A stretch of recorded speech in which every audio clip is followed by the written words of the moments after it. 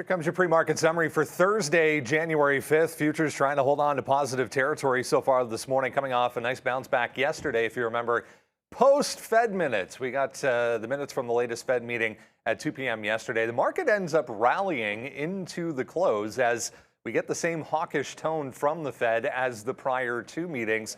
No real change as far as what is expected to come from the Fed coming up in February. Remember, we get an entire month until the next Fed meeting. Here's a look at the futures right now.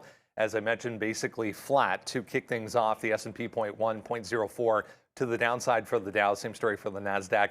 Holding on desperately to positive territory. Can we continue that way is the question. We had a 5% decline in crude oil yesterday. It's up 2% this morning, trying to bounce back a little bit, but a huge move down at the end of the day yesterday for crude. That's the overall market, still kind of chopping around back and forth in this range. 376 at the bottom, 386 at the top for the SPY if you're looking at the S&P 500. Few interesting moves so far this morning. Silvergate had a huge move higher yesterday. It's given all of that back and more. We're lower than where we were yesterday in the past two. In fact, on this note, they had to sell assets at a huge discount after the FTX collapse, according to a Wall Street Journal report. They also said deposits in the latest quarter are going to miss estimates. So SI getting absolutely crushed here in early trading. Yeah, 8.1 billion worth of withdrawals needed to be covered.